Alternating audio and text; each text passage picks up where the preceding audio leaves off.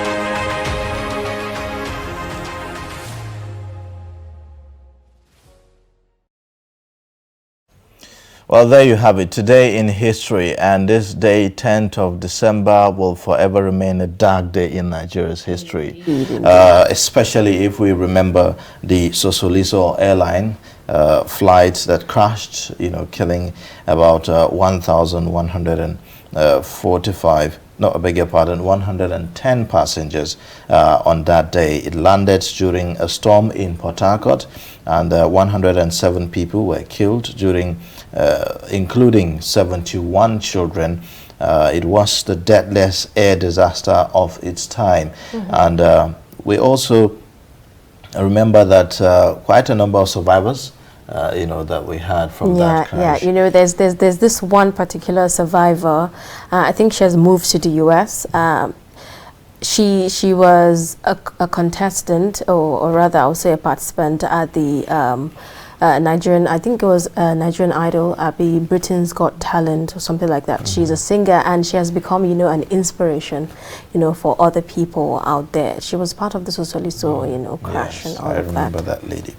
Well, it was a tragic one, and today we remember that day, and we'll continue to pray for the repose of the souls that died on that day, and also pray for the families that lost their loved ones in that crash. Also today is Human Rights Day, something that we all share as human beings.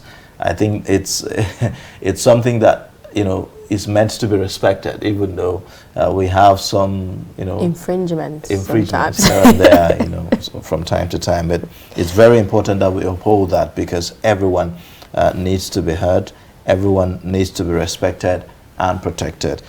Deserve some kind of dignity. Now, today is also Martin Luther. In 1520, on the 10th of December, Martin Luther publicly burns papal edict demanding he recant. Well, we also know that on a day like this in 1901, first Nobel Peace Prizes awarded to Red Cross founder Jean Henry Dunant and peace activist Frederick Passy, you know, were given to them. Also, today is the largest, today in 1986, the largest mafia trial in history, with 474 defendants, opens in Palermo in Italy. So these are significant days to remember in our history. Well, okay, there's quite, you know, a number of events that actually, you know, really happened, and it will forever, you know, reflect, you know, subsequently, you know, in the way we behave subsequently. All right, now let's take this quick break. When we come back, we'll take a look at some of the stories making headways.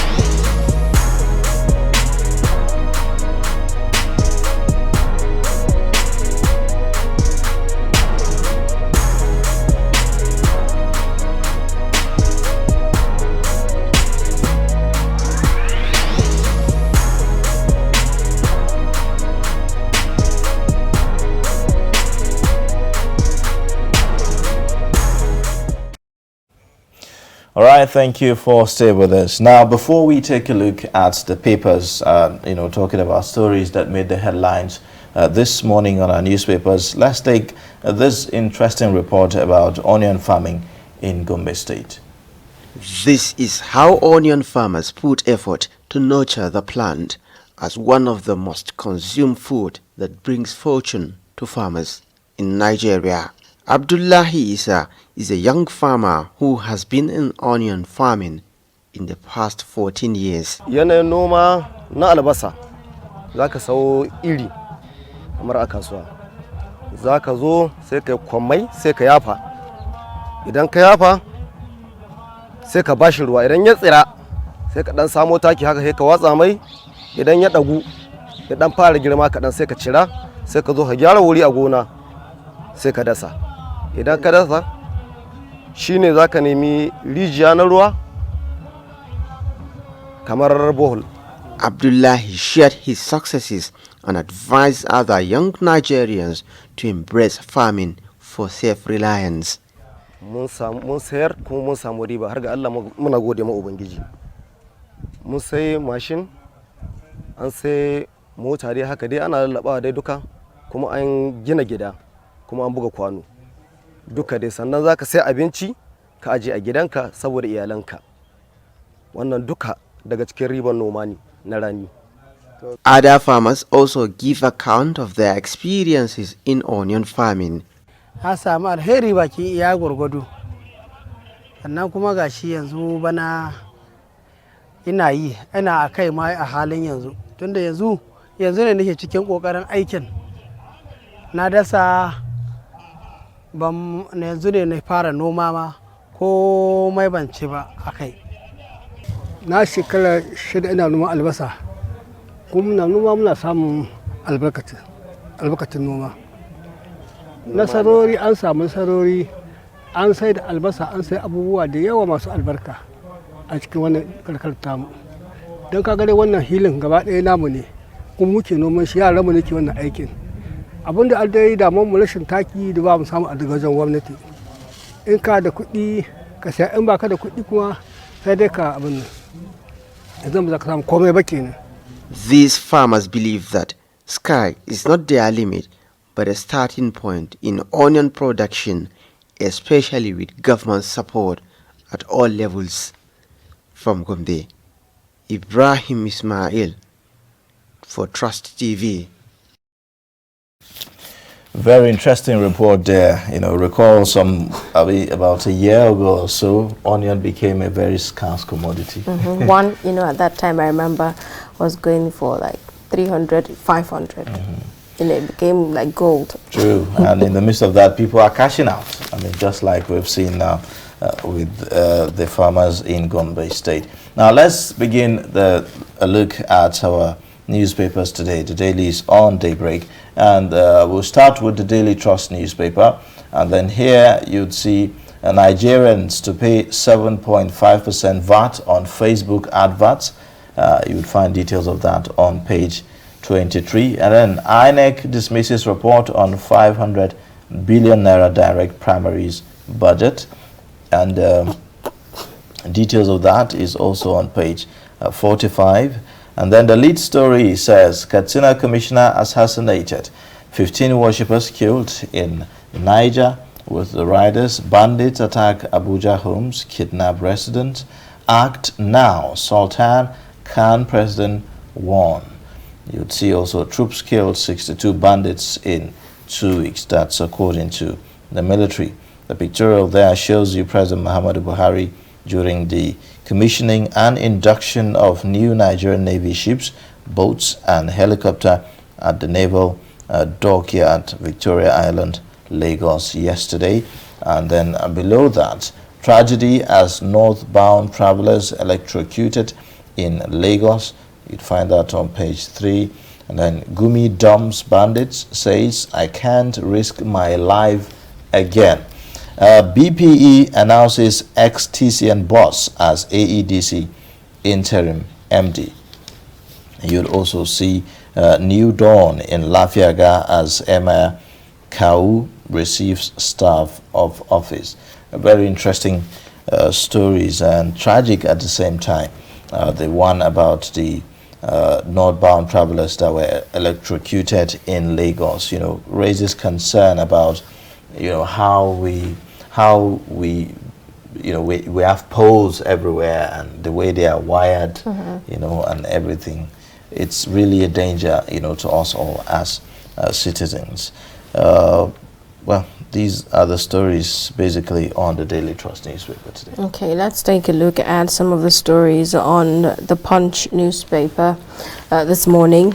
The lead story there, federal government begins giving booster shots. US donates 2.5 million doses.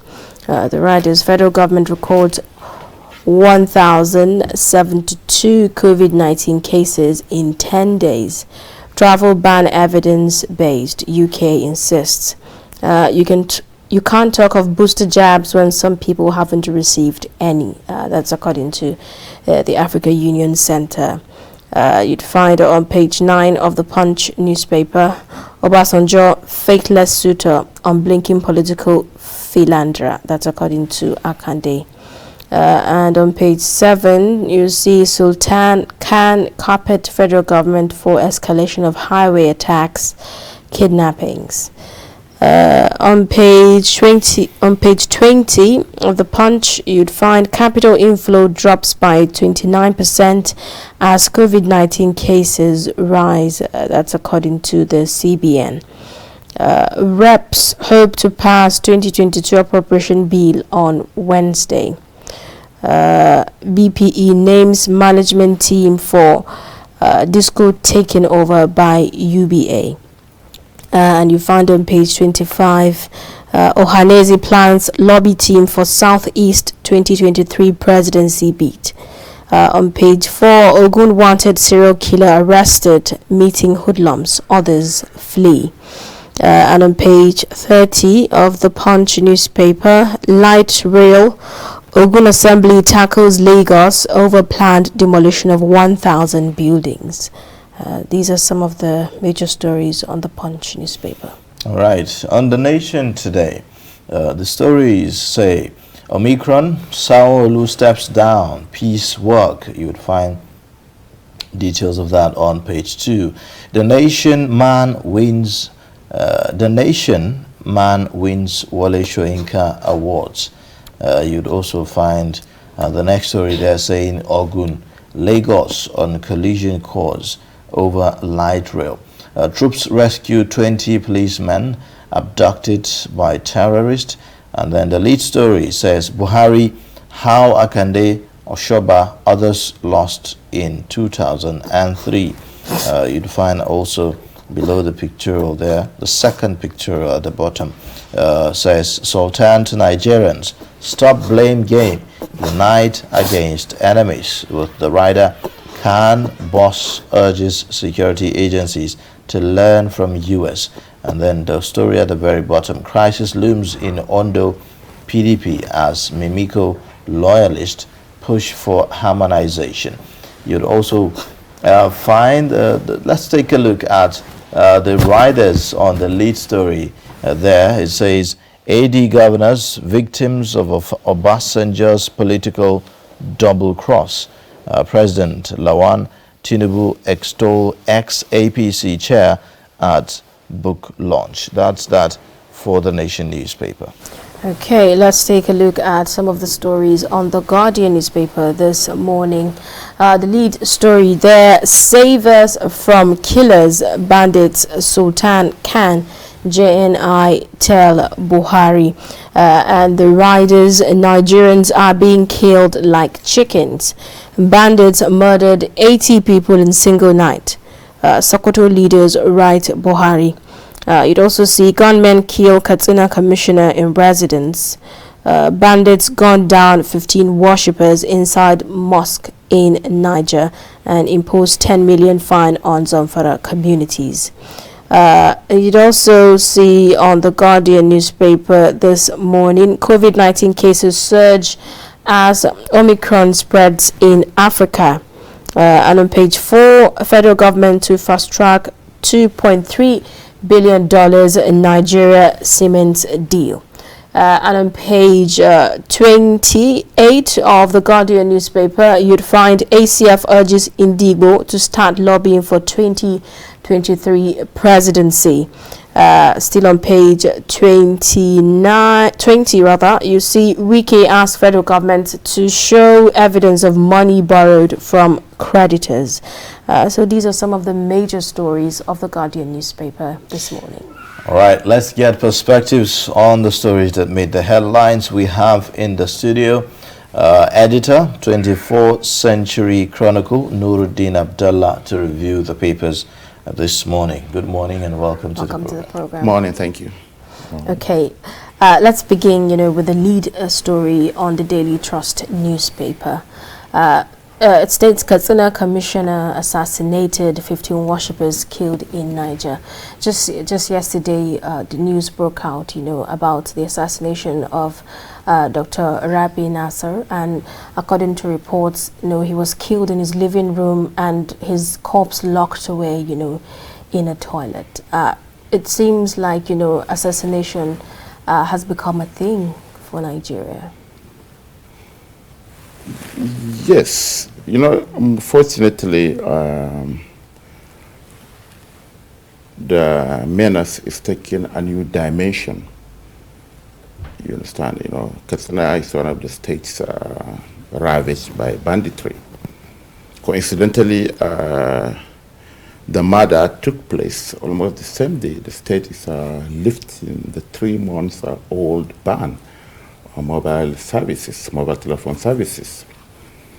So this further deepen the old narrative that apart from banditry, just like what we had in the Northeast, maybe in the last 12 years, political assassinations and so on do take place. But our investigating agencies don't do anything. They dismiss them as the handiwork of the insurgents. Now we have banditry. Some 19-20 months away to the general election. So we should be experiencing these things. And again, the police in particular, just dismiss it maybe as out of banditry or what have you. Just like what is happening in the Southeast. Murders are being committed almost any other day. But we dismiss them as committed by ungunned gunmen or non-gunmen. So it's taken a very horrible dimension, particularly in Katsina. People are being taken away while they're on the roads, or those who go to their farms or the villages. But now they are coming right into the cities, into the metropolitan cities across the north. VIPs are being taken out. Now, if you look at the trends, and the things, the kind of reports that we are seeing, one wonders whether really we know what we're up against. In terms of profiling and designating these criminals, we call them bandits. But we also have information, from states like Niger State that, look, these people we call bandits are actually not bandits. They are Boko Haram and ISWAP fighters, perpetrating these evil. So how important is it for us to really diagnose and know what exactly we're up against, as part of efforts to win the war? So I don't know the mentality, particularly of those in charge of the security architecture. In Niger State, for instance, like you rightly mentioned, the governor said it not once, not twice, not thrice, that actually there are some parts of the swaths of land and villages in the state that are even paying taxes and levies to these people, Boko Haram. And when you remember, some of these bandits were even, they released their footages with RPGs, particularly in Niger. And you remember when the attack was carried out on the Abuja-Kaduna standard gauge rail, many newspapers and experts, particularly outside the government, believed that it was the handiwork of ISWA, who were experts in destroying public infrastructure. But the Railway Corporation, they dismiss it. So that is it.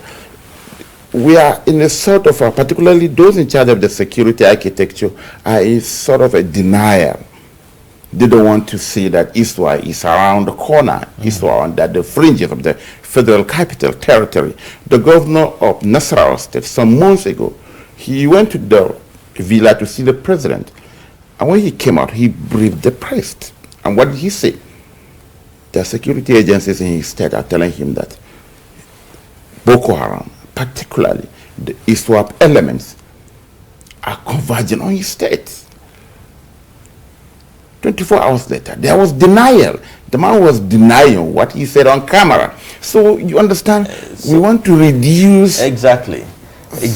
But because, isn't it very important that we again, understand and profile them the way that they are, so that we do not carry the mentality that, oh, they are bandits, and so the effort, the kind of effort, and deployment that we put into the Northeast, for instance, knowing that we are dealing with insurgents, it's not the same for, bandits and all of that. So it looks like we have, is it a dilemma? It's not really a dilemma, but we just need to take the right approach, isn't it?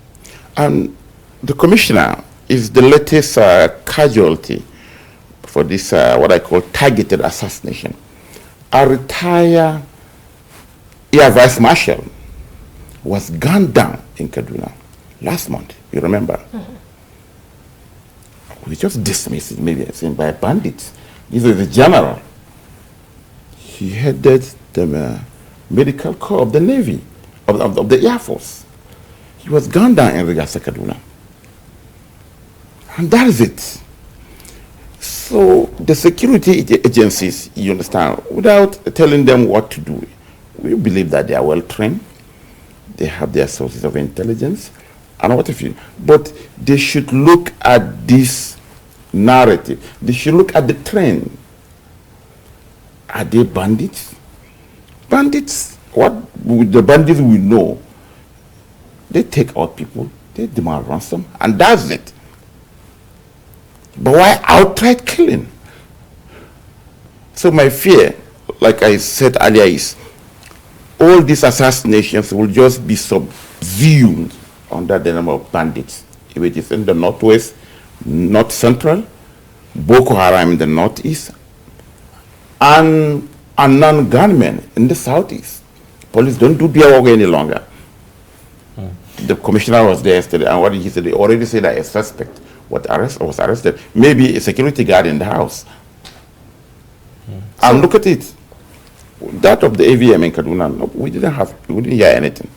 So since the man was gunned down. What approach, what kind of approach do we need, to curb, all of this security situation? Because everything, almost virtually everything have been talked about security right now. Political will is important. Or am I saying that our security chiefs, not necessarily the service chiefs, must know their schedule.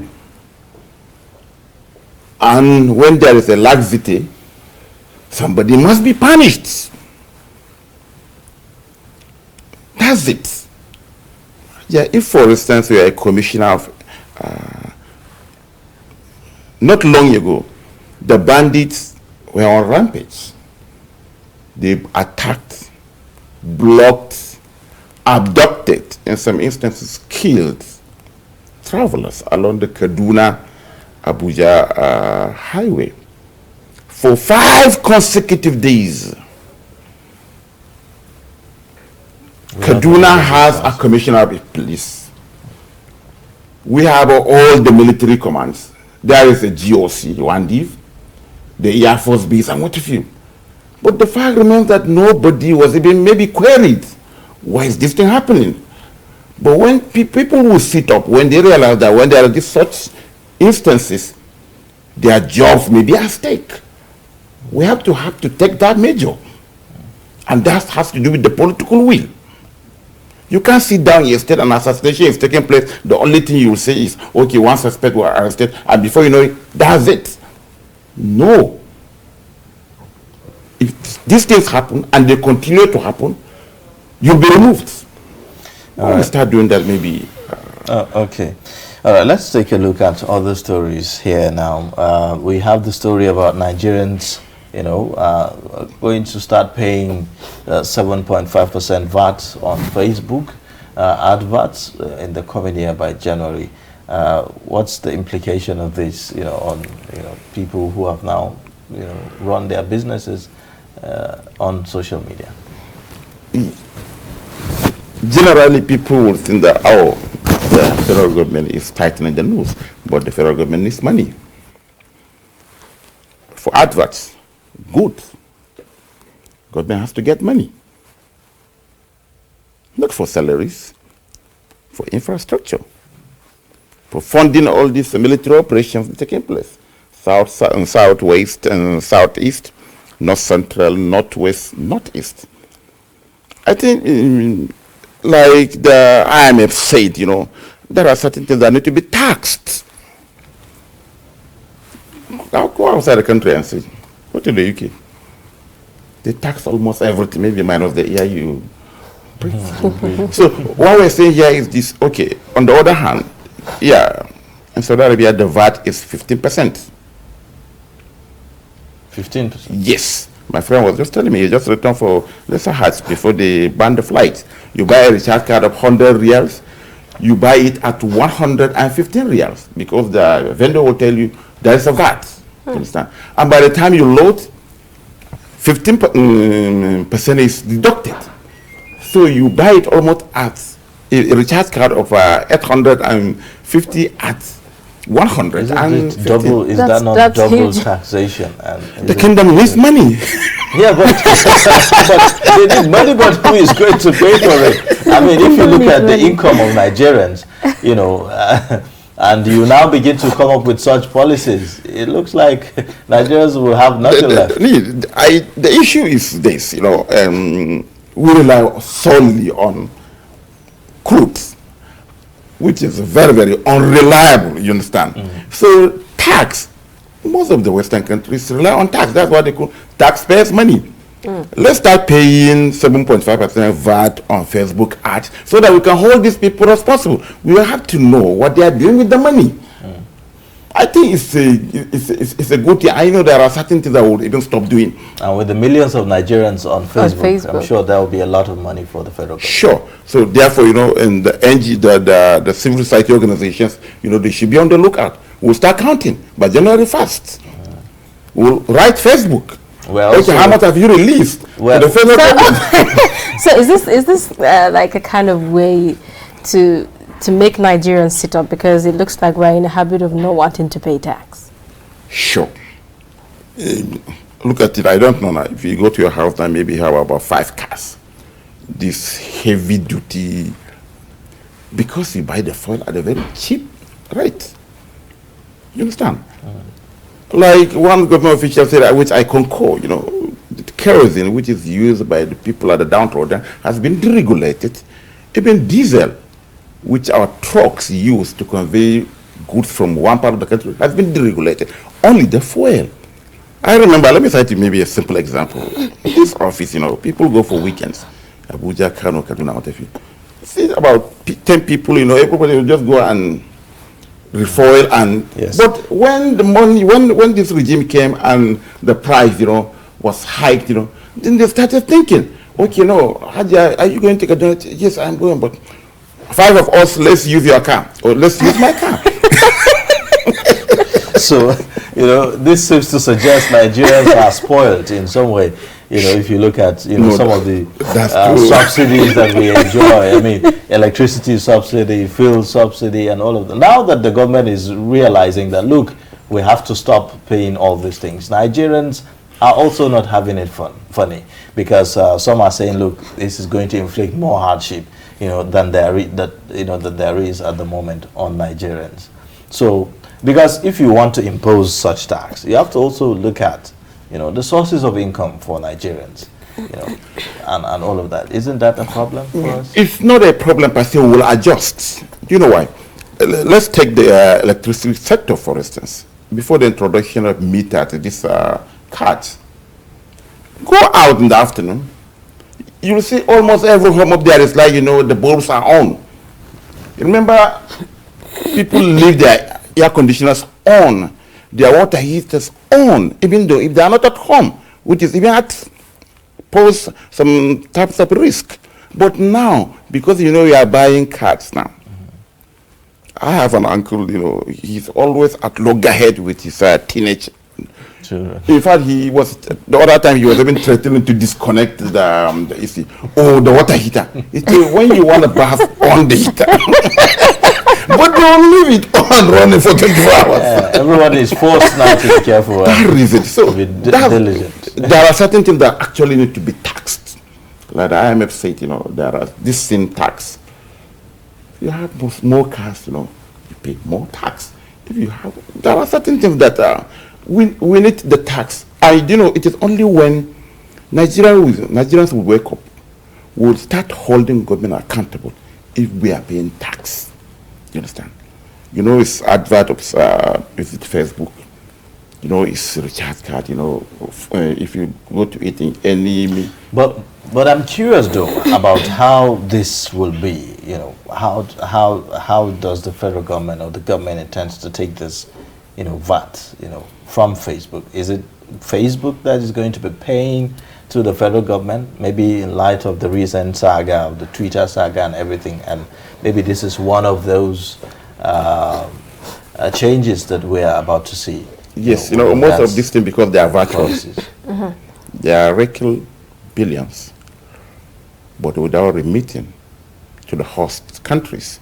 Nigeria is not the first to do it, but with the Twitter saga, you understand, they realize that, okay, there are so many things that can be done. There are multinationals that I know that are forced, even the media, to register as Nigerian entities so that they pay tax. In those days, you remember, there are some foreign news agencies that are based here, but you know, they are operating dumb accounts. But they said no. So, you know, the government, with the paucity of funds, the government has put their thinking caps, you know, they are moving, looking around to see where they can raise money. So our only concern now, okay, when you raise, we'll pay this money. But be rest assured they will hold you accountable. We want to know how it is being spent. Not on salaries, not on going to London for treatment of cold or catarrh. You know, they are very angry that we have been, Nigerians flights are banned to UK and Canada. You understand?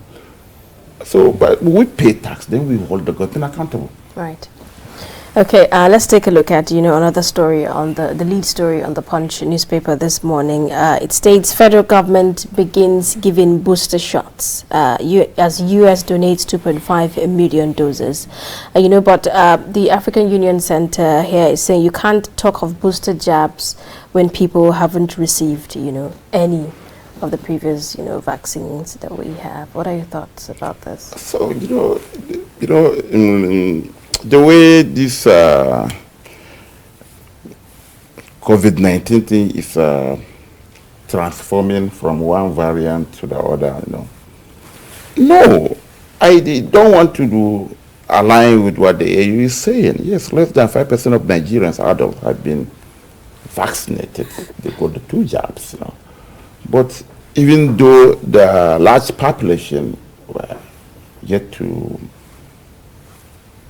be inoculated, that does not mean that the 5% that got it should not be given the booster. Particularly bearing in mind, you know, the mutational tendencies of the latest one, Omicron, right? We had the Delta, we have the Omicron. Again, when we rely on handouts, that is it.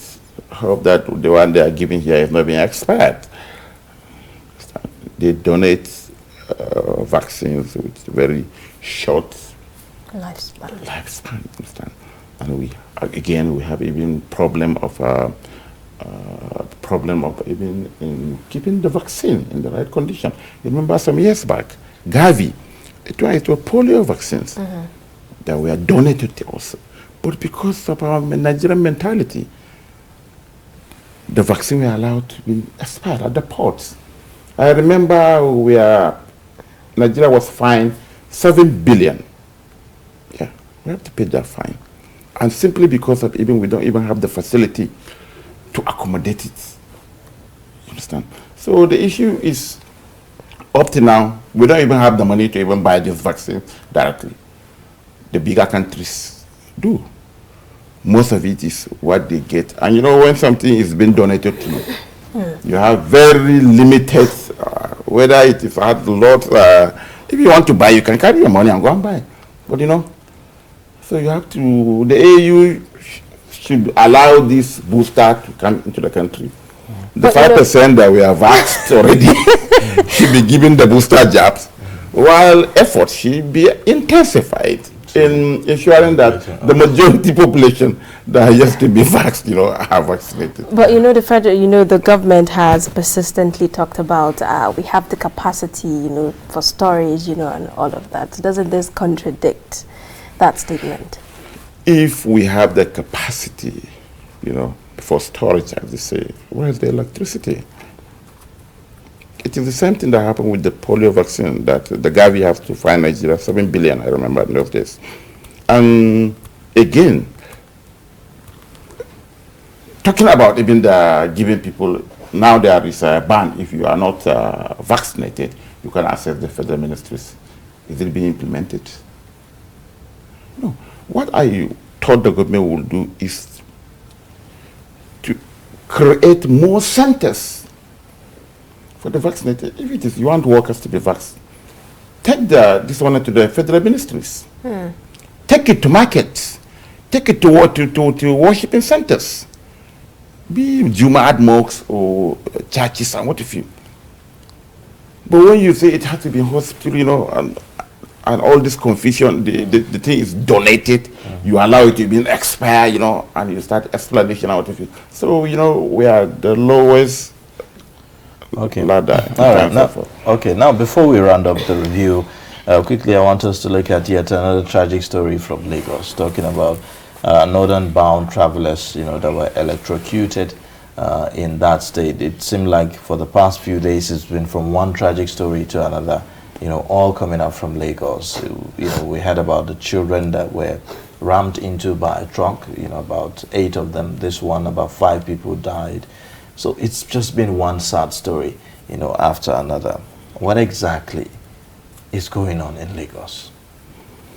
So maybe even about 23 travelers going to Lagos were ambushed and killed in the most horrifying manner by bandits in Sokoto. Still, the travelers were going to Lagos. So many things are wrong.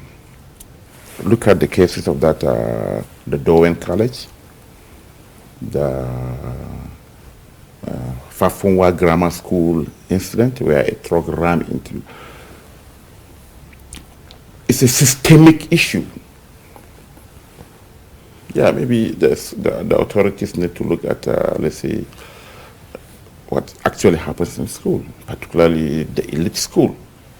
There are the mechanism for control are very limited because these private schools are being run as business, and you don't want to anger your customers.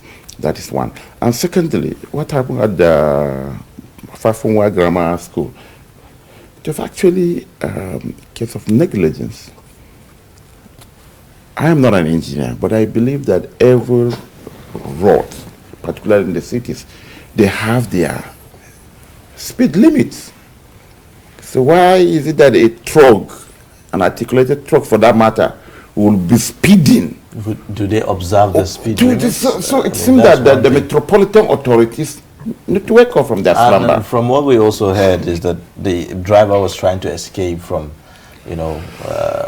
officials, of the VIO, by violating traffic. Last mile in Lagos, Karota in Kano, Castelia in Kaduna. Yes, these agencies have been put in place to bring sanity.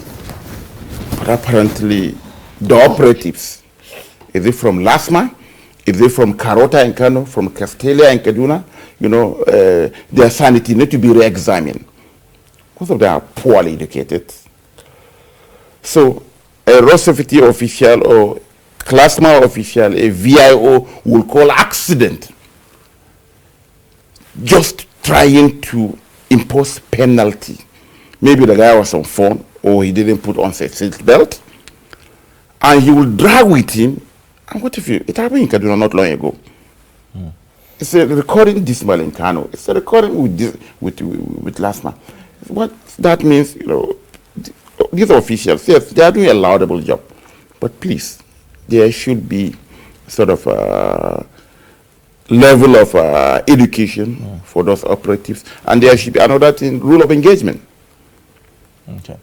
All right. Well, thank you so much. We would have to end the discussion here today. Thank you for joining us on the program, and we look forward to having you again another time. You're welcome. Thank you. All right.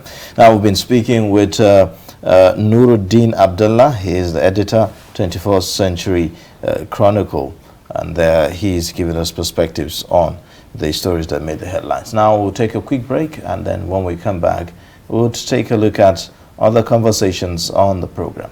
Please stay with us. But in a situation where you find that a person look like the same, not necessarily tribal or regional. I have said that.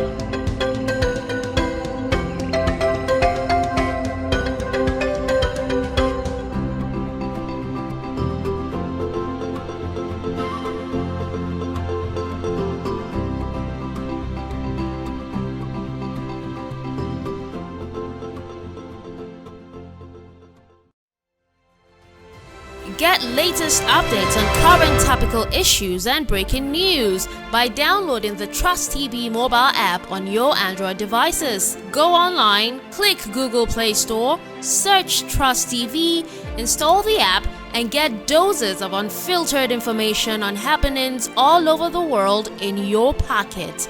TrustTV, documenting the Nigerian story.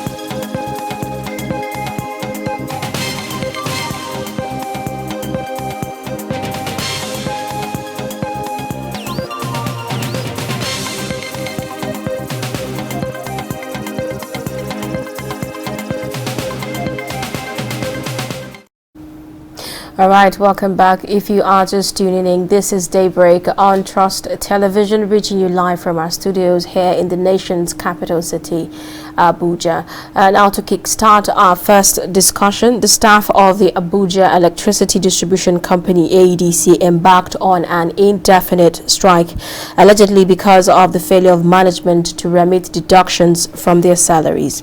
AEDC, in a statement signed by its general manager, Budi Fadipe, said the loss of power supply to some areas in FCT was due to the industrial action embarked upon by National Union of Electricity employees. Now let's take a look at this report by one of our reporters. Residents of Abuja and environs woke up Monday morning to a total blackout due to the indefinite strike called by the National Union of Electricity Employees, causing dislocation and stagnation of both personal and business-related activities. However, the news of the union's decision to call off the strike is greeted with a sense of relief by a cross-section of Nigerians who called on all parties involved to find an amicable solution in order to forestall future industrial actions that cause a lot of hardship for Nigerians. Yeah, very well it will affect us because I'm a worker and I also benefit from the light, and also the NEPA also benefit from me. If I should not have light, I don't think my work will be going on smoothly. And it will also affect my other family at home. At least we need light so that everything will move well. You know how I felt? Like I was really bitter all through yesterday. Like I was really bitter because running on generator is like killing business. After spending a lot on fuel, how much is my profit in this salon? How much do I buy for people? How much do I make air for people? So, and now you're saying 6 months. Just kill me. The government need to call the union to talk to them, to give the staff their salary so that they will continue doing their work. Because if you are working without salary, what do you? They have family. They have family that they are feeding them too. So without the salary, they can't do anything. Definitely, that's going to be a very big setback to the economy, not just even to the people, because we need electricity to run so many stuff. Because most things happen when there is light. You can't run your business because there's no light. You can't go to the office. You can't even do basic things when there is no light. So this is going to be a major problem, especially for small and medium scale business. And we need the government to look into this, because you can't be working. Take for instance, dry cleaners, business, they need lights, you understand? And so the government really needs to look into this, at least not to let them, at least call them together, have a meeting and see what they are demanding, and they should negotiate to know how the problems, and they should come up with a solution for this. Reports say the suspension of the industrial action followed a meeting brokered by the Minister of State for Power, Godi Agba, between Electricity Employees Union and the government officials. The AEDC employees are demanding payment of their 2020 bonus and other entitlements. They are also demanding the remittance of pensions deducted by the company to their pension fund administrators. They allege that the remittances have not been made for the past 19 months. Meanwhile, efforts to get members of the union to comment were not successful. However, some AEDC staff who spoke off camera confirmed that part of the agreement is that their demands will be looked into within the next 21 working days. Ibrahim Yusuf, TrustTV News, Abuja. There you have it. Now, in the studio to talk about this, we have the General Manager of Corporate Communication, Abuja Electricity Distribution Company, Oyebode Fadigbe, in the studio to talk to us about this. Well, good morning and welcome. Thank you for having me. Good morning. Thank you. Well, you hear the reactions, from from members of the public. I mean, one of the ladies said, "Just kill me." Because, I mean, you've taken like everything. If you take electricity, it's like taking everything. What exactly is the problem? The unions, there are two unions in most of the discos and indeed most of the value chains. You have the senior staff and then you have the National Union of Electricity Employees. The officials of the National Union of Electricity Employees called out their members over issues that they consider to be unfavorable to their members, and they thought that one of the ways by which they can put their views across more visibly is to ask their members to withdraw from work. Of course, management did not sit by to allow that kind of thing. Government also did not sit by, so parties got into conversation almost immediately, although later part of the day, And then by sundown that day, the action was suspended, and people went back to their work. I know of a fact that it's not all strike actions that lead to loss of electricity supply. Some of those who complained about the loss of power supply to their homes and businesses and places of worship and all of those things may have lost power supply as a result of fault, not necessarily because somebody deliberately went there to switch off the power supply. Because at the risk of speaking on behalf of the unions, or the particular union that called out its members, they are quite conscious of the fact that electricity is so important to the lives of people. Somebody may be, there may be an operation going on in the hospital at that material time. There are people who are on life support and they need electricity to operate those life support apparatus. So they are always very, very reluctant to deliberately switch off power supply. Apart from that, when you switch off a certain amount of load, when you refuse to take a certain amount of load, you are putting the entire grid system in jeopardy. It could throw the whole country out of power supply. I mean, the system will begin to swing, and if you are not careful, it could just knock off the entire system. So the unions are quite conversant with that. And so what they try to do most of the time is to start with administrative work that will not necessarily affect the customers directly. And maybe if nobody is giving attention or negotiations are not going in the way they think it should go, by which they want their desires to be met almost immediately, they can then maybe go up a little bit until they get to the point where they'll say, okay, look, we are deliberately switching off power supply if you don't do so this. If you say that, where did the information about power outage, come from? Yes, because of the strike action. Because we were beginning to notice some interruptions here and there. Now, those interruptions, again, let me emphasize, because it's very, very important for Nigerians to understand the way some things work. Those interruptions may not be as a result of deliberate action, but it could be that there was a fault, and then because people have withdrawn their service, nobody is responding to that fault. Let me explain further. Doctors decide to go on strike. A patient is brought in. No doctor is attending to the patient. I don't know whether you get what I'm saying.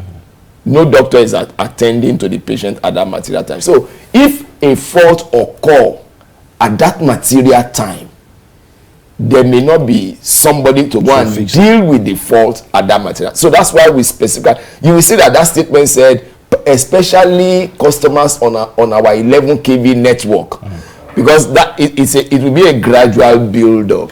But luckily enough, parties were able to understand themselves very quickly, and then the issues were resolved. Okay, so please, could you talk to us, about the whole issue with pension, contribution, taxes, and deductions, which was one of the issues that prompted the union to actually. Now, these are common issues that will always engage the attention of anybody that is working anywhere. I mean, luckily enough, there is a pension act, so wherever you are working, your pension is remitted. So if for any reason those things are not going as you expect them to be, then of course attention is drawn to it, because that is supposed to be an item that will take care of you and I when we are no longer strong enough. Today we are on our feet. Tomorrow,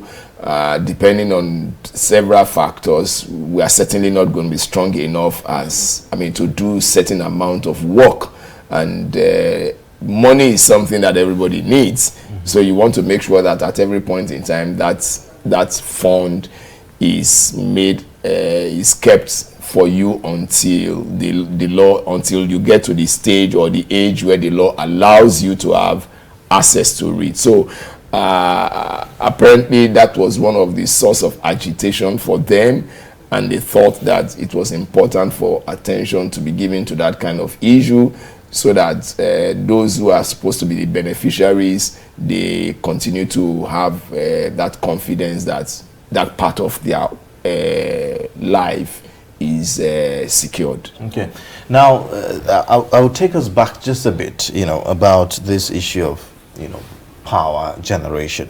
The Transmission Company of Nigeria released a statement suggesting that there's available bulk power, enough has been generated, but then there's a problem of taking that power, by the distribution companies to their customers and all of that. Talks about the substations, injection substations, something about that, and that has been disrupted, because of the shutdown of tools, by workers in the AEDC. What would you say about that? Well, I think what my colleague in transmission was trying to explain is that if a load center like Abuja Disco is not taking load,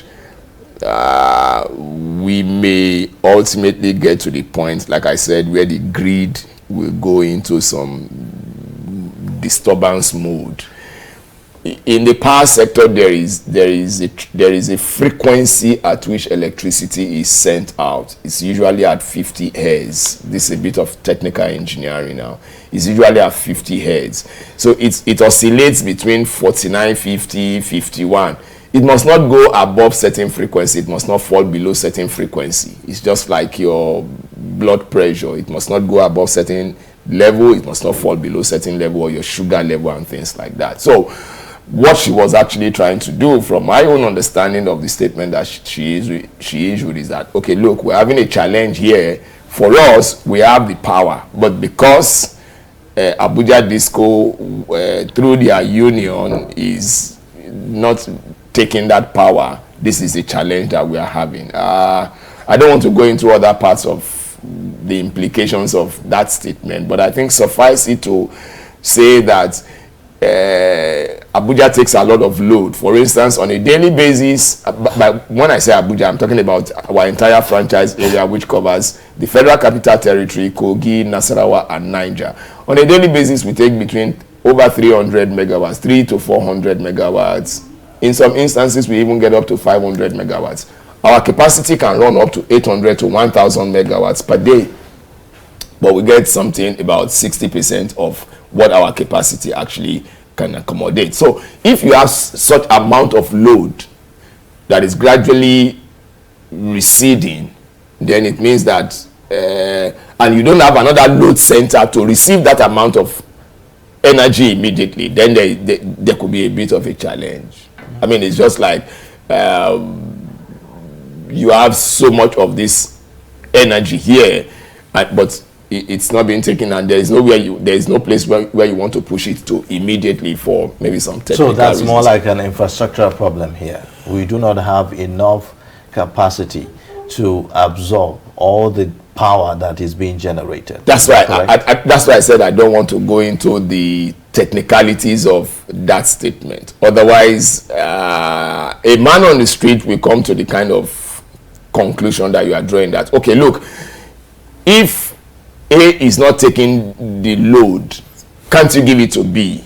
If you cannot give it to B, what are the constraints that you have? Exactly. Do you get what I'm saying? Because ordinarily, we are in a country where we are over 200 million people, and if you go by United Nations calculation of what amount of energy is supposed to be available, we should be talking of about 200,000 megawatts. Now, we are not anything near 200,000 megawatts. We are not even anything near 50,000 megawatts. So it means that there is insufficiency at the manufacturing point.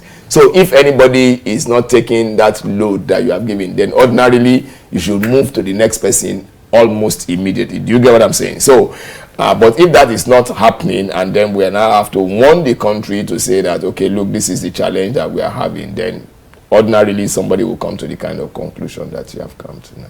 Okay. Okay.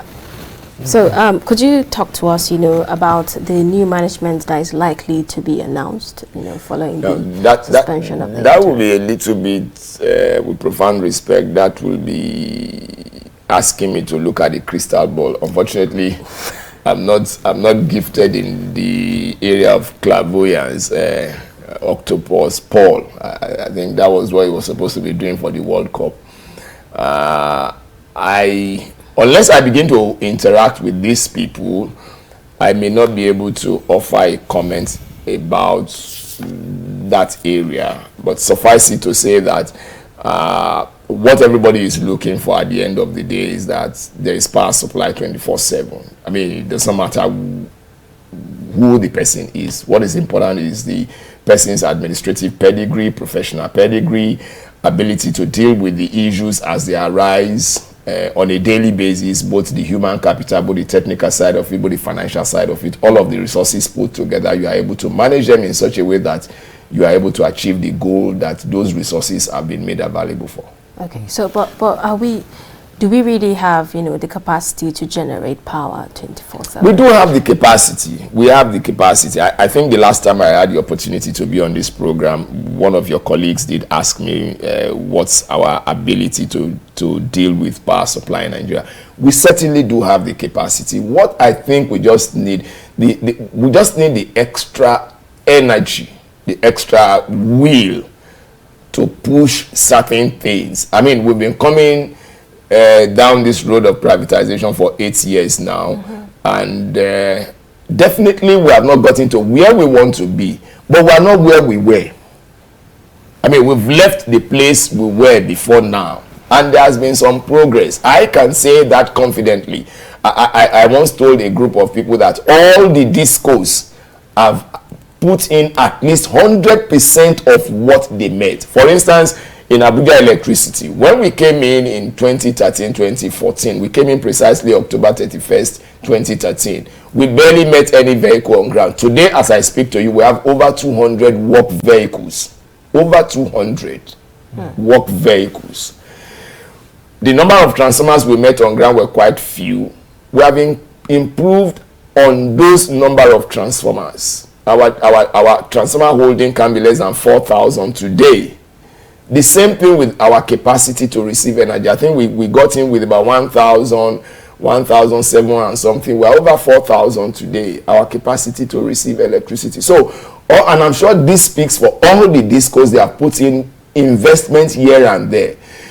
I also know that generation is doing quite a lot. The same thing with transmission. If I don't know anything at all, I know that transmission has done a major project in Nasarawa State, working hand in hand with Niger Delta Power Holding Company of Nigeria. That project is about being commissioned. If that project is commissioned, it will be a big relief for us in the disco, because the whole of Mararaba, Karu, Jikoi, Orozo, Karishi, all of those axes will be free because we can get more power from Nasarawa State. Right now, we are moving power from Apo through that track, going to Akwanga, and then feeding it deeper and deeper into Nasarawa State. But when that project comes on stream, when we begin to pick load from there, we can cut off the whole of Nasarawa State and then restrict the power that we are taking from Apo to the federal capital. That's a big relief. That's a big relief for us. Okay, now, yeah, a lot of progress have been made, just like you've highlighted now. But some Nigerians will say it's rather slow, compared to the need that we have, for more, for availability of power in virtually every strata, of our engagement. So why can't we have, an improved kind of a speed, in setting up some of these things, to make it much better? Because, yeah, if, for instance, Abuja Electricity Distribution Company is taking care of, say, Nasarawa State and, many others, just like you highlighted earlier on, don't you consider that as a problem? Do you see need for us to decentralize, the distribution channels?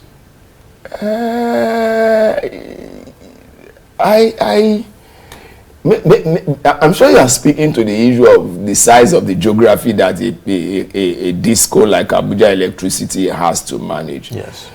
If if tomorrow the thinking is that we need to become, I mean, we need to micromanage, or we need to go smaller, it's okay. I mean, it depends on the perspective from which you are looking at it. Daily Trust, for instance, could say I don't need a correspondent in Calabar. I can always access my news from other platforms, or whatever it is. Okay, look, I want to have an office. It depends on what business strategy you want to deploy. But I think at the end of the day, the key issue that we should be looking at is the ability to manage all of these areas. Size may not be a problem. What I think is the biggest challenge for me are in two parts: the sociology of electricity supply, and then the finance of electricity supply. For me, I have looked at power supply in this country from four perspectives: the sociology, the technology, the politics or policies, and then which other one is there? But let me explain it this way. The technology is available for power supply. But what about the finance? How much are Nigerians ready to pay? How many Nigerians are ready to pay? I know, and I must say this to the credit of Nigerians, that Nigerians ready to pay, or whether Nigerians can pay. Well, both sides. We're going to get back, to that discussion. Let's take a quick break. When we come back, the show continues. Okay.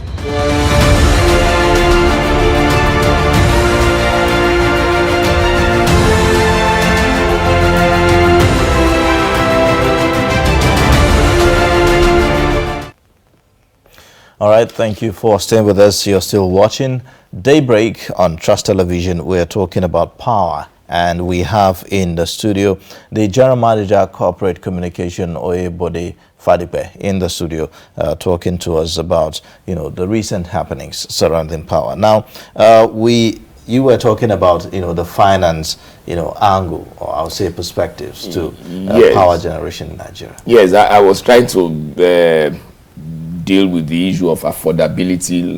Yes, I know that the issue of affordability is there, but it's a matter of the chicken and the egg. Which one comes first? So if you are talking about affordability and we are talking about availability, which one do we need to choose? Well, scientists have made it easier for us now. They've discovered that it's the chicken, actually. So, so which one is the chicken in our analogy now? Is it the affordability or the availability? In this instance, maybe we'll talk about the affordability. Yes, I do admit, quite frankly, that because of several factors complicated more by the COVID-19 pandemic, affordability has become an issue. But we need to make a choice, make it available, and then see how we can push it into the public space for people to get it. And that's where the issue of subsidy comes in from government. But government is already saying, look, I don't have the muscle, the financial muscle to take all of those stress. I mean, the conversations going on within our economy today is petrol subsidy, electricity subsidy, and several subsidies. Power supply is not cheap. Power supply, medicals, security, education, these four areas are not cheap in any economy all over the world. Okay. Now, let me just quickly take you, because we're almost rounding up now. We talked about Abuja the AEDC having to be the one to supply Nasarawa, Kogi, Niger, Kogi, parts of Edo, Niger, and even Kaduna. Okay, yes, part of Edo, yes. Yes, and even Kaduna and Niger. Now, talking about the politics of power, do you see that as responsible for why this arrangement is, and you know, no, that's purely for technical convenience. That's purely for technical convenience. Let's not forget the fact that we were a monolithic entity before. In other words, what you have now used to be under one management structure.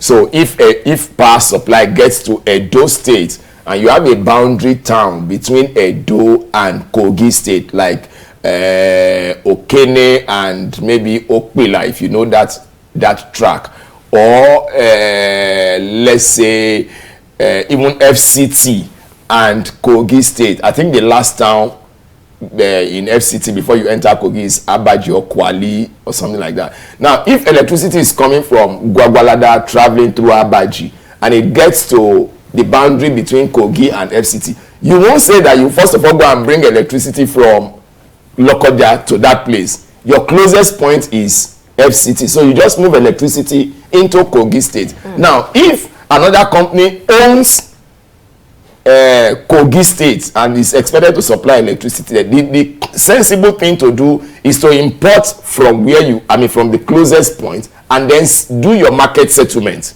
I don't know whether you see the point I'm trying to make.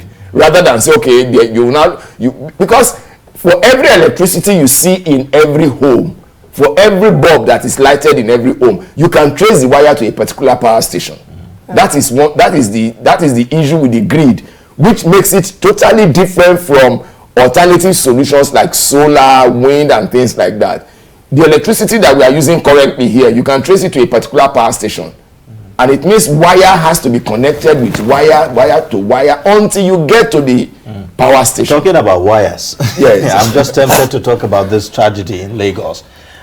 Some northern bound travelers were electrocuted yesterday. Okay. About 5 of them. I don't know if you've heard about that. What happened? I'm just seeing it. Yes, now. So they were in a truck, moving from Lagos, coming down the northern part of the country. And then somehow, probably the wires, the poles and everything, the way we do connections, sometimes in some of these slums and some of these areas. And then they got electrocuted. The wires tempered with the vehicle, I may say, and then about 5 of them died as a result of it. That's quite a tragic issue, but maybe you should talk about the social problem of power, in light with this. Now, first and foremost, I'm not happy that we are even talking about the place the people were going to. Is immaterial whether they were going to the north, whether they were going to the east, whether they were going to the west, anywhere they were going to. It's immaterial for me, because we need to be sensitive to certain things in this country. We are quite emotive about our geography. The first thing for me is humanity. It's sad that we lost those number of people. It's very, very sad. In the same Lagos State, about 3 or 4 days ago, a trailer crushed about 18 school children. I'm not interested in those children. May have been made up of children from the east, from the west, from the north, from any other part of the country. But first and foremost, they are human beings. They met that unfortunate fate and things like that. Now, having said that, I suspect that those in the vehicle, I don't even know the kind of vehicle, perhaps it was an articulated vehicle. They must have made contact with the lines. Usually when people are going to travel under electricity line, they are supposed to have gone close to the operators of that network to say, we are passing under this line. Can you switch off? Or get people to travel with us for that space and push it up with insulated apparatus.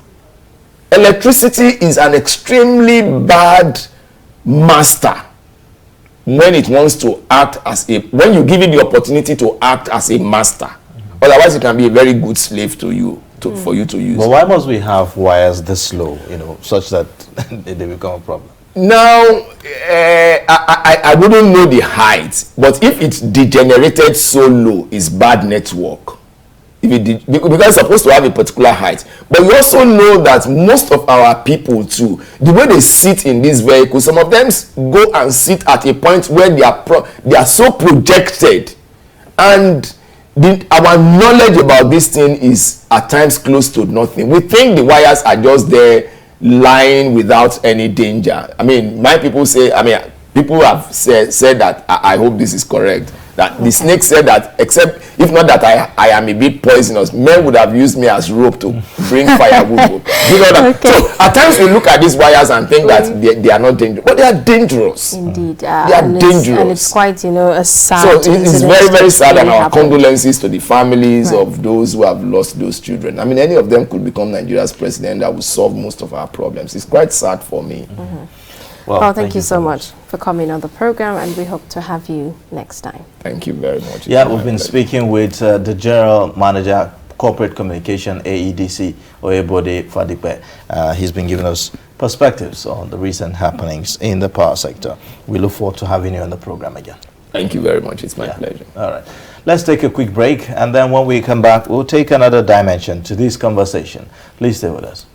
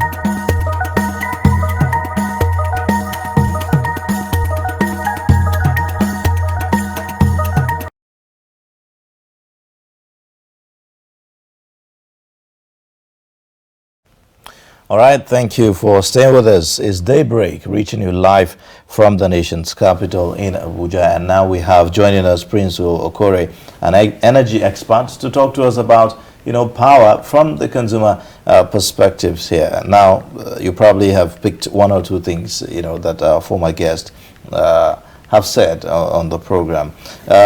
Maybe you should give us a sense of what the challenges are, really, you know, as far as power sector is concerned. This, you know, strike action, I hope that we'll finally put it to rest, you know, and that it will not resurface again. But what are the kind of challenges that we're dealing with here? Well, I don't know the angle from where you're saying it has been put to rest and it won't come up again. Basically, one major challenge from the consumer angle affecting the power sector today is a kind of connivance or conspiracy against implementation of consumer protection and licensing performance standards, which is in section 80, 81, and 82 of the Electric Power Sector Reform Act. That is the aspect that provides for consumer protection in the electricity sector.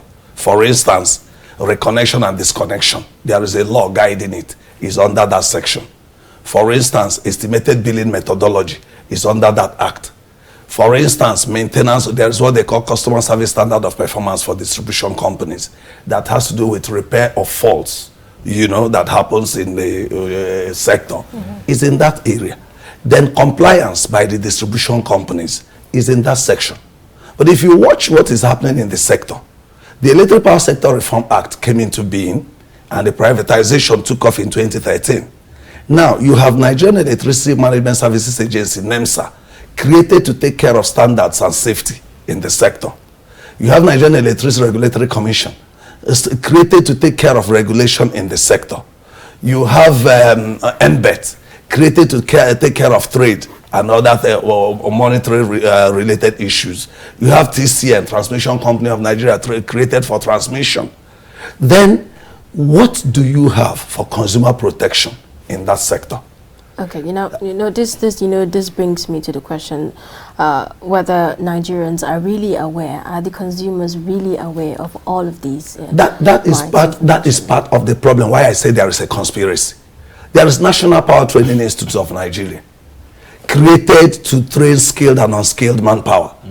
Since 2013, they've trained 15,000 personnel, drawn from only the distribution companies, generation companies, and government-related agencies in the power sector. They've not trained one single consumer group. Now, if you talk about consumer relations here, isn't that why you have bodies like Savicom and bodies like Public Complaints Commission? No. What you have? Ones play that for? No, you have Federal Competition and Consumer Protection Commission. And then that Federal Competition and Consumer Protection Commission is expected to be the agency of government that will protect consumers, which incorporates even consumer education. Even in UNDP, 2013 UNDP program, they talked about the need for countries to develop consumer educators who will be able to educate people on their rights as consumers. But the Federal Competition and Consumer Protection Commission is set up, is a broad, they take care of every aspect of consumer issues. Name it banking, health, and every other. But what I'm trying to say is that you privatize the electricity. And you know that capitalism, the capitalists will always want to exploit the consumer. Now, the proper thing to do would have been to set up a unit for consumer protection in the sector, just like you have set up transition company. You have approved for GENCOs to exist. You have approved for DISCOs to exist. For instance, the GENCO generates 12,000 megawatts of electricity, and the distributor distributes only 3,000. And then their billing is their tariff based on the 7,000 generated or based on the 2,000 they are distributing. And then who will now make Nigerians know that the distribution company has refused to distribute the quantity generated to improve the lives of Nigerians? So the distribution company is like one powerful group, and they do whatever they like. That is why they can take light the way they want. After all, they will say they are independent. Take, for instance, they will say they are independent. If you are independent, why is the federal government injecting money into the sector? CBN has put in over 1 trillion naira. Even ordinary meter, the distribution company could not provide. And don't forget, there was performance agreement that was signed at the inception of privatization. Which one have they kept? How many meters, for instance, how many meters has AEDC provided? Why would AEDC wait until mass metering program will come and then I begin to bring meter to give to people? And then why is it, for instance, now under mass meter access provider now that NEC is talking about, what they provide, mass metering program provided for just 10 million consumers, and we have 200 million Nigerians. At least don't have less than 36 million households in Nigeria, so, and you are providing 10 million. So would you say, the privatization of the power sector has left us in limbo? It has not, but the governance of the privatized electricity sector is wrong. Now, the failure to have a unit to coordinate consumer protection in that sector is the main problem we have. Take, for instance, under estimated billing methodology, it is expected that you check the transformer that supplies electricity to a particular area. Every transformer is supposed to have meter. The meter is what you use to check the quantity of energy that has come there, so that you can calculate the kilowatt hours and check the amount that the people are supposed to pay. But how many transformers have meter? Now look at it, for instance. If you had a consumer group, a consumer unit, the consumer unit will ensure that the distribution companies provide transformers for communities. Now you see a situation where people don't even have the light, their transformer is bad. If the distribution company is aware that they are serving people, how will they be comfortable to stay that a transformer doesn't work for almost 1 year and they are not bothered about restoring, knowing that they generate their money from the electricity that transformer helps them to give to the area, and they check it? But because they don't check it, they just give people bills anyhow, and the people pay, and the people are made to look like people that have no protection anywhere. So the distribution company takes advantage of them just to make money. Okay, do you consider, monopoly as a problem in the distribution sector of the power, of power in Nigeria? I am not talking about that angle. Even if it is monopoly, there has to be a structure put in place to protect the consumers. Because I've been issue, privatization of the power sector was predicated on the fact that consumers will pay if quality of service is improved. Because I am bringing this up is because when the whole concept of privatization for power came into being, a lot of Nigerians are expecting to see something like in what we have in the telecommunication sector, for instance, where you have multiple telecom networks, MTN, Globe. But that has not stopped exploitation of the consumer. The multiple networks. There's competition. Apart from competition, it's much easier for Nigerians to benefit. I'm not interested in their competition. I'm interested in the fact that the man who is paying need to get value for the money he's paying. He should be paid as a citizen that is being protected. Section 14(2)(b) of the Constitution says the welfare and security of the people shall be the primary purpose of government. And you don't think that the competition there will enable consumers, have value for their money? The competition in telecom, has it protected you? How much data? How do you evaluate the quantity of data you've used when they cut you off? How do you? Has the competition in the banking sector protected you? When they charge you, the banks charge you all the money they charge you. How do you know? And how do you get compensated? How do you get redress? Do you have access to central bank consumer unit? The whole concept here is that democracy is being messed up by the way the operators of the industries are allowed to exploit Nigerian consumers. And let me tell you here, look, patriotism is important. And the citizen can be patriotic when he believes he's being protected. But if a citizen feels that the same institution that should protect him is creating avenue for him to be exploited, how will he be patriotic? So he will now tell you that he is not protected. You buy your data now. Before you know it, they say you are buying for 2 weeks. In the next 1 hour, it's gone. Okay. And then you have no transparent way to check what you have used. So is this a problem of legislation or corruption? It's a problem of, let me tell you, it's a problem of the executive that implements policies being strong enough to monitor and ensure that citizens are not exploited. Because if you, for instance, like I'm talking now, why is it that the electricity sector doesn't like civil society groups? On August 10th this year, we organized micro, small and medium enterprises consultative meeting on electricity consumer protection. Do you know the report of that meeting was sent to the Minister for Power till date? They never discussed it with us. We wrote it in August until we followed up until October, November. I think it was last week or so they brought it out and said they have seen what we written, they have nothing to say. Even when we invited them to do the next stage of it, they are not interested. Even when you send we sent that report to legislature, a committee on power, no response. Everywhere we sent it, no response from anywhere. So when you talk about consumer issues in the sector, it's not of relevance. So how do Nigerians enlighten themselves in order to hold these people accountable? Well, we are doing the bit we are doing. I remember with Nestra Power, there's an organization called Nestra Power. We collaborate with them periodically to do some enlightenment. We held in Anambra in September. That has yielded results. Just like, you media also has a role to play. How many transformers that rural electrification agencies say they've given contract to? How many of them are working? You give a contract, like there's one we are working on now, because after that program in Anambra, some communities came and brought their complaints. And that's why we are now trying to relate with the FCTA, community department, to bring the community leaders together, to look at the way they are being served. We never did we know that this thing will come up. That program was to hold yesterday, but because of the change of button in FCT, the new secretaries, it was kept on Abe. But in Anambra, communities came to complain. Could you imagine that rural electrification agency gave contract, paid for somebody to supply a transformer to a community 8 weeks from November 2020 till now? That transformer is not energized. But we now got into it. It was just yesterday they called me to say they've now got NEMSA to go and do certification. So when you have a system that is not money now, how many communities If you go and take an inventory of communities, how many of them are their transformer? One community in Imo wrote us, for 4 years their transformer was not working, and they were given bills. Now they're told they're owing about 66 million or how many naira bill. We wrote a letter. The district manager refused to receive our letter. We're going to take the matter up with NEC. Last year we helped about 3 communities escape 35 million naira bill.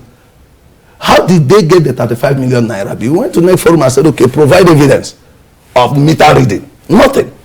So the basic problem in this sector, as I see it now, is government has to take a step. Establish consumer protection unit in the electricity sector. Let us have clear consumer enumeration. How many consumers are you serving? Like AEDC now. How many households are they serving? Okay, don't you think that the population also constitute part of the problem? Like Nigerians also, constitute part of the problem and make it even more difficult for the AEDC, for instance, to operate. You go to a community or a slum, where you have a lot of houses, and then there's probably one person that have been able to, do the connection, from the pole, and get that power, and then that person is supplying to, say, 100 other houses. Is that a problem? Do you blame that person, or you blame AEDC, who is in charge of that area, from going there to see what is happening and ensuring that they provide the light the way the people should have it? Who do you blame? It's irresponsibility on the part of the company. It's just like where you see now that somebody moves out of a house and another person moves in. You force the new tenant who had paid his rent to his landlord to inherit a bill somebody else used. Don't AEDC have a lawyer? Shouldn't they be the ones to get to the landlord to say, pay the money they are owing? Why would you not keep another tenant in darkness? It's abuse of fundamental human rights. So when you look at it, you're telling me of a community that is within your territory that is operating with you. Are you aware that even there's a section 80 subsection 3 or so of the Electric Power Sector Reform Act provides that the distribution company should provide information on standards about consumer in the power sector and make it available to consumers. That NEC should direct them to do that. Have you ever gone to any AEDC office and seen any leaflet or document showing consumer rights in the sector? Do they do it? Well, we hope, Now, have you had any engagement where they brought people together to even know their rights? Have you seen anywhere they brought people together to talk about reconnection laws? You just say somebody will just come and disconnect you, taking advantage of the fact that the legal process, judicial process is too lengthy, and the cost of the individual consumers may not be able to bear it. So they'll just deal with them that way. Well, thank you so much for coming, on the program, and it's been quite insightful and educating as well. But we hope, the whole issue about power in Nigeria, particularly, consumer rights, is protected. All right. Well, with that, we'll take a short break now, and then when we come back, we will be taking a look at some stories on the program. Please stay with us.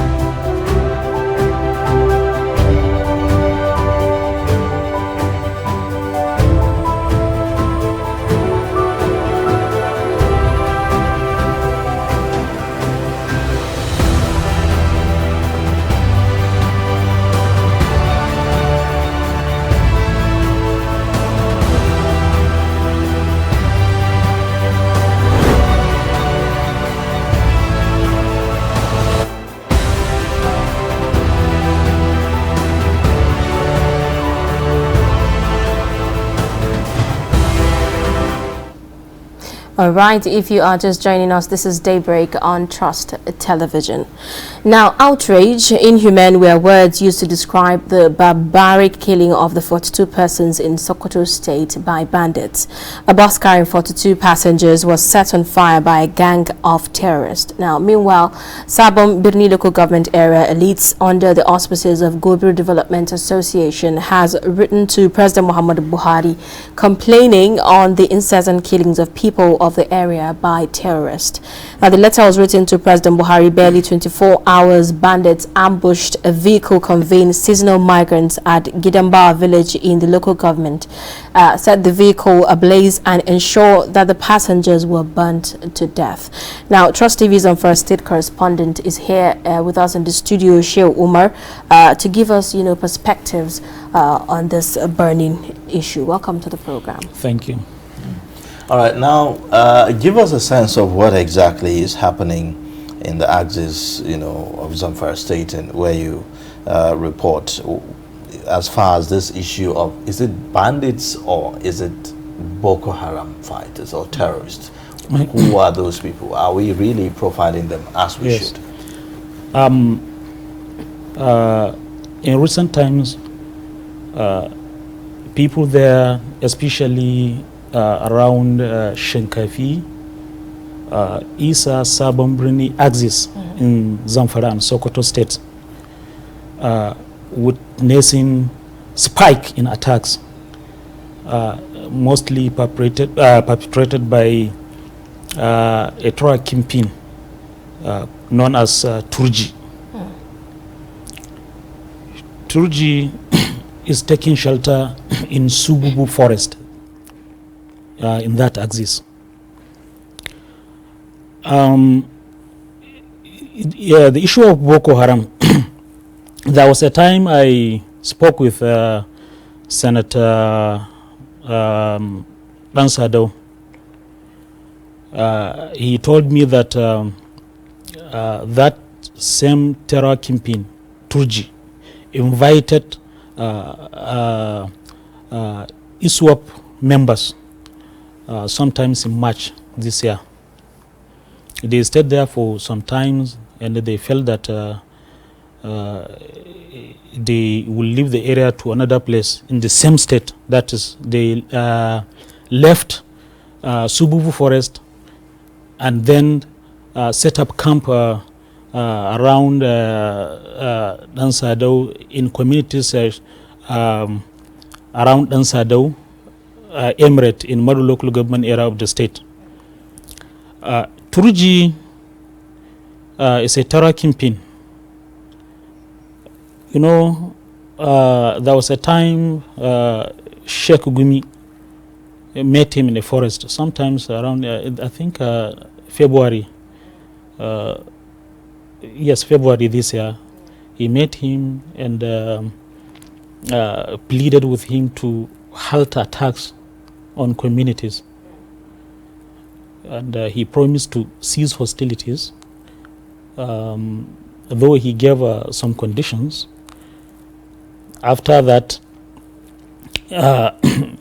he reneged on his promises and renewed his attacks on communities. Talking about, these attacks, earlier we heard about a situation where, these terrorists were asking some of these communities to pay, a form of tax. And we, just yesterday, we saw in a report that this recent move of setting, 42 passengers, ablaze was meant to stop, some residents of some of these communities from fleeing. Yes, imposition of levies these days is becoming the order of the day in the local communities in those states, especially Zamfara and Sokoto. There's what they call harvest levies. A levy will be imposed on farmers for them to pay before they can be allowed to get access to their farms. And it is becoming rampant, especially after the a disruption of the telecommunication services in those states. So many communities, levies were imposed on so many farming communities. Some had paid to make peace with those criminals, and some that cannot pay had to flee their homes to escape attacks from the bandits.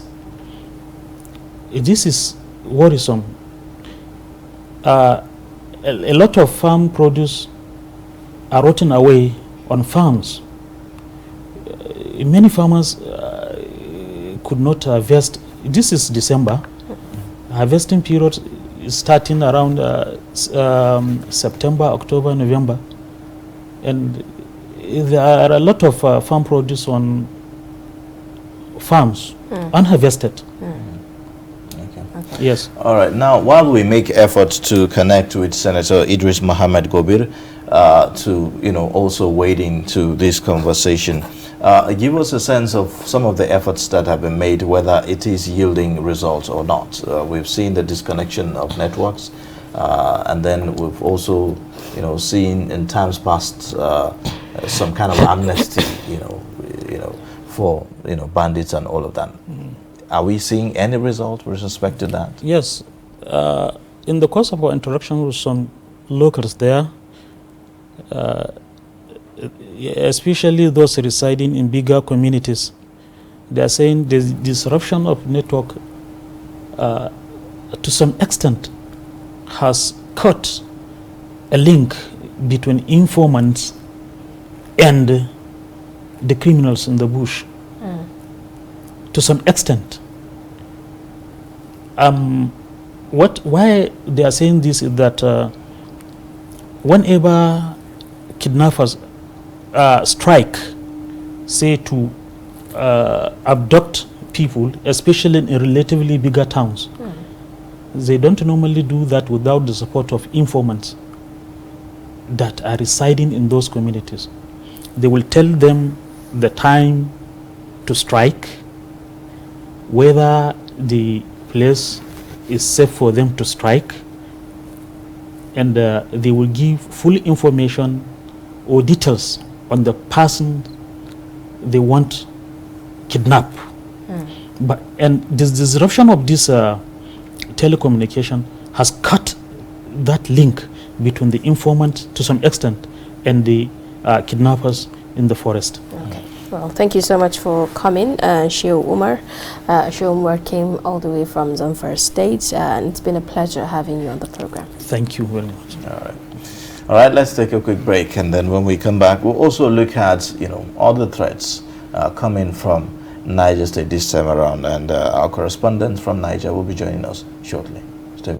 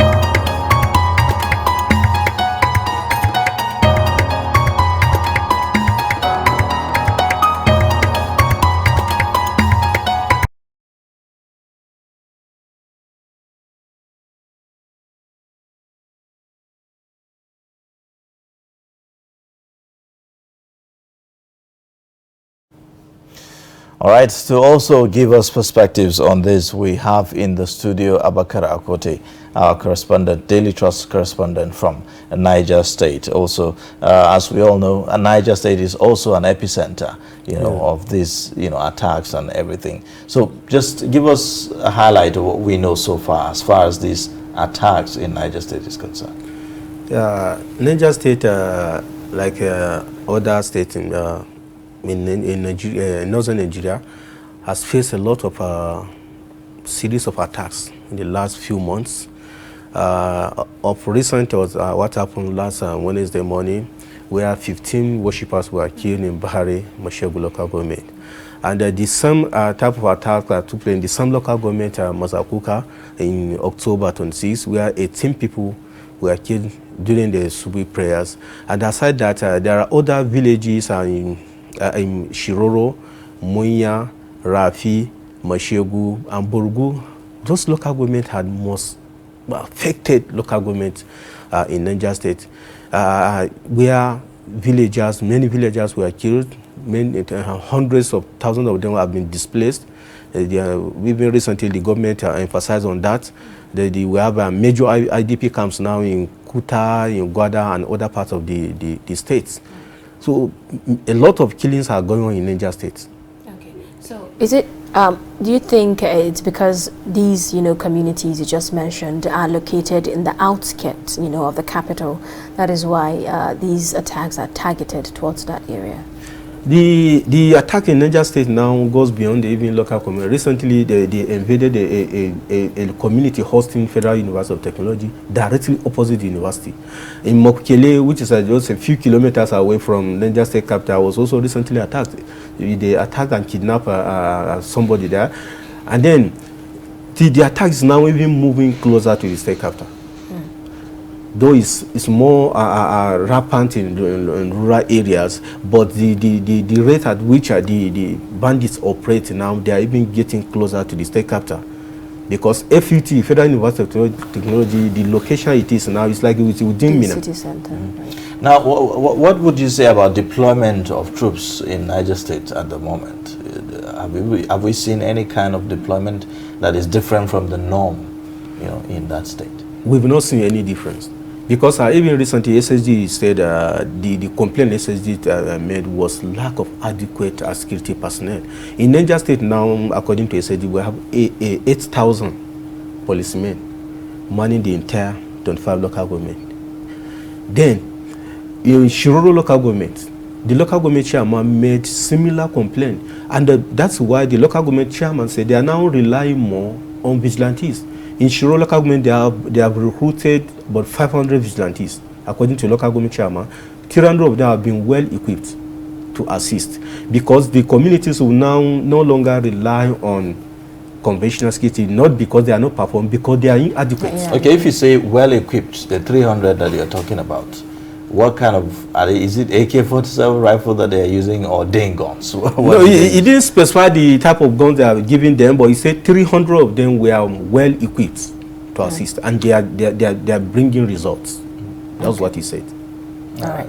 Thank you so much for coming. Because of our time, we'll make it very brief, and we have to end it here. Okay. Thank you so much for coming. Thank you. And we've been speaking with Abubakar Akote, Trust correspondent in Mina, Niger State. Thank you so much for coming. Thank you. All right. Now let's take a quick break, and then when we come back,